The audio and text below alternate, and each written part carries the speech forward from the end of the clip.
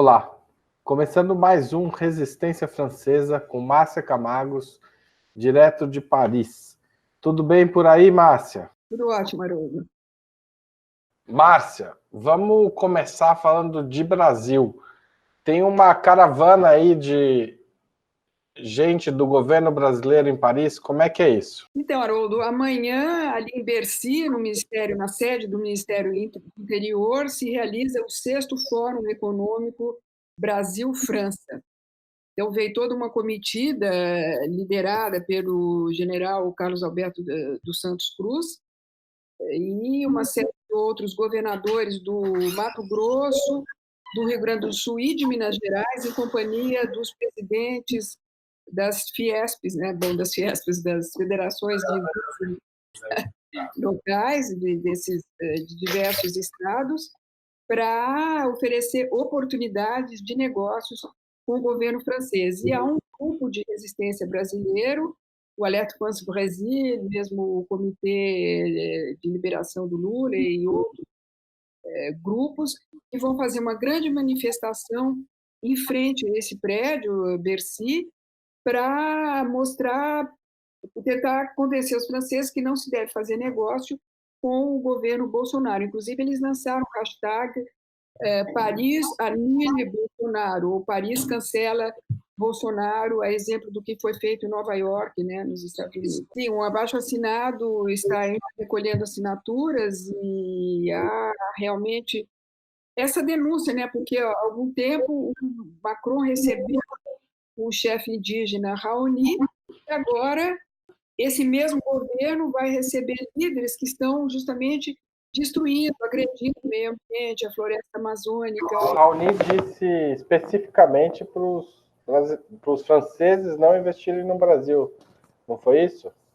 Exatamente, e é isso que esses grupos de resistência vão fazer amanhã. Aliás, já enviaram press releases para toda a imprensa francesa e brasileira e elaboraram assim panfletos para serem distribuídos amanhã diante do Ministério do Interior, juntamente com cestos de laranjas também, porque essa pergunta, onde está Queiroz, quem são os mandantes da vereadora Marielle Franco e outras coisas parecidas.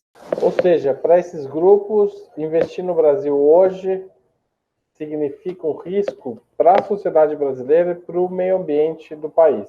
É isso que esses grupos de resistência tentam mostrar, que na medida que se faz negócios com o governo Bolsonaro, eles estão sendo coniventes com todas essas medidas antidemocráticas e irresponsáveis do governo brasileiro no que diz respeito ao meio ambiente, às populações indígenas, periféricas, das periferias, das favelas.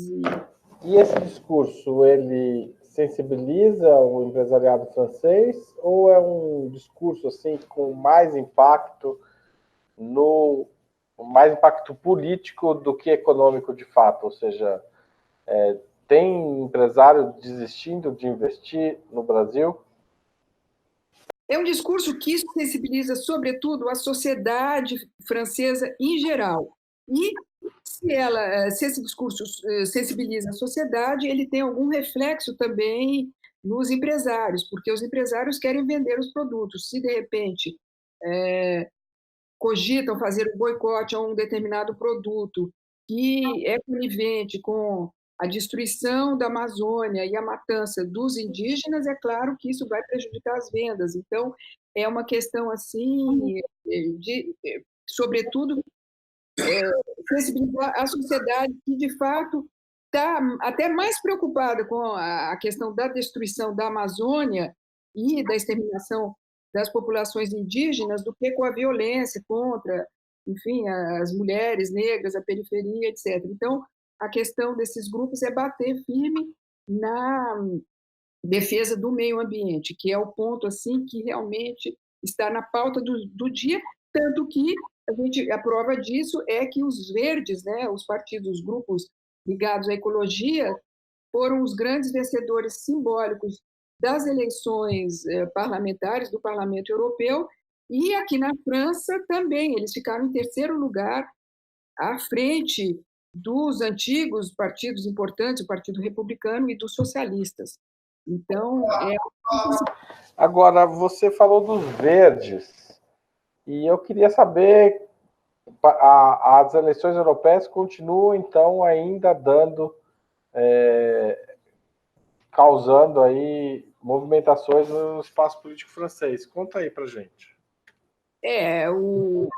Houve uma implosão, né, como a gente viu, desse partido republicano, que foi fundado em 2002 pelo Jacques Chirac, que, junto com o Partido Socialista, foi o maior grupo político da Quinta República. Ele parece que, enfim, esgotou as suas chances. E os verdes, que foram os vitoriosos, simbólicos, embora aqui eles tenham ficado em terceiro lugar, na verdade, eles assim, ganharam muito prestígio, e o Davi Belliard, que era o cabeça de lista e hoje o deputado do Parlamento Europeu eleito pelo Grupo Verde, já está namorando de olho na Prefeitura de Paris para as eleições municipais que ocorrem em março do ano que vem. Ele pretende propor a Paris como a capital do verde, com praças, jardins, encorajar a implementar o uso da bicicleta,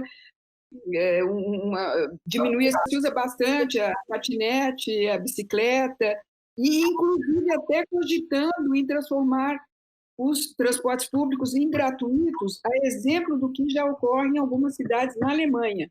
O metrô gratuito para evitar a circulação de automóveis. Então, ele tem grandes chances aí, já está pensando grande para as próximas eleições municipais, nas quais a gente vai ter muitas surpresas, assim, é capaz que os verdes consigam vencer em muitos lugares na França. O bacana, Márcia, dessa história, o interessante aí dessa história é que essa pauta verde ambientalista está colocando na ordem do dia aí na França uma discussão que a gente fez aqui em 2013 com o movimento Passe Livre, que teve algumas consequências desastrosas para a política brasileira, mas que colocou essa questão do transporte público como um direito do cidadão que tem que ser pago por meio de impostos e não na catraca, né? Além da pauta da ciclovia. São duas pautas que aqui dão polêmica e que podem estar na ordem do dia se um candidato, se isso é adotado na cidade de Paris, pode virar uma questão mundial, né? Haroldo, você deve saber, é uma série de descontos, reduções para famílias numerosas, para quem está desempregado, para idosos que não tenham uma pensão, uma aposentadoria muito significativa. Então, eles já são bem protegidos em termos econômicos. Agora, a questão seria majoritariamente ecológica, para acabar de vez com a poluição, porque quando não chove em Paris, há dias em que eles abrem as catracas do metrô e deixam o pessoal circular livremente, porque o nível de poluição chegou um estágio, a um nível alarmante. Isso aconteceu várias vezes durante o período que eu estava aqui. Essa é uma história bem legal, não sabia que tinha isso aí, não. A gente fica contente que não precisa pagar metrô. Viu? Outra coisa que eu não sabia, e você me informou, é que um nono francês foi condenado à morte no Iraque acusado de participar do Estado Islâmico, é isso aí? Sim, Haroldo. O Gianni Uraghi, um argelino de 28 anos, ligado ao Estado Islâmico, ele é um dos 11 franceses condenados à morte no Iraque. Isso trouxe à pauta um assunto que, enfim, nunca saiu da mídia. Esses 11 estão sendo julgados, ele foi o nono a ser condenado à morte. Isso trouxe de volta a questão não só dos próprios jihadistas, mas também das esposas, das mulheres e dos filhos desses franceses que estão em campos de refugiados na Síria ou em mãos dos curdos, que essas pessoas querem ser repatriadas, e o governo francês se recusa terminantemente que os adultos venham para a França. Eles concordam eventualmente em aceitar as crianças. Mesmo eles sendo cidadãos franceses. Mesmo eles sendo... Isso, eu vou voltar aí, mas, enfim, as crianças, eles estudam casos um a um, há mais ou menos 300 crianças nascidas nesses campos, crianças francesas, filhas de pais franceses, que dessas 300, apenas 5 órfãos e uma menina, filha de uma mulher condenada à prisão perpétua, realmente vieram para a França desde maio. E agora, essa é uma questão muito delicada para o governo francês, porque, de um lado, o governo francês não quer receber essas pessoas que eles dizem que são criminosos, perigosos no território francês, eles não querem lidar com esse abacaxi, entre aspas, né, que eles fiquem de fora das suas fronteiras, mas, por outro lado, também não há, eles condenam a pena de morte. Então, a lei do Mitterrand oficialmente aboliu a pena de morte. Exato, não existe a pena de morte, e o que eles fazem eles estão tentando negociar com as autoridades jurídicas de Bagdá para comutar a execução por enforcamento por prisão perpétua. Eles estão fazendo essas tentativas aí, esses diálogos, né? E a questão também, ela atinge a Bélgica, o Reino Unido, e ela é tão assim grave que nessa semana mesmo uma comissão de especialistas está reunida na Suécia para tentar criar uma espécie de um tribunal internacional dedicado exclusivamente a essa questão jihadista. Porque você vê, é bastante delicado, né? Essas pessoas são francesas, elas teriam o direito de serem repatriadas para a França, mas ao governo não interessa, enfim, pessoas acusadas desse crime. E hoje em dia existem mais ou menos 500 estrangeiros ligados ao Estado Islâmico que estão condenados no Iraque, né? Mas nenhum deles ainda foi executado, desses 500 estrangeiros, e existem 100 franceses ainda combatentes ligados eles estão na Síria, em Idlib, e eles são de facções do grupo jihadista originários de uma dissidência do grupo Al-Qaeda, que ainda estão atuantes nessa região ali na Síria.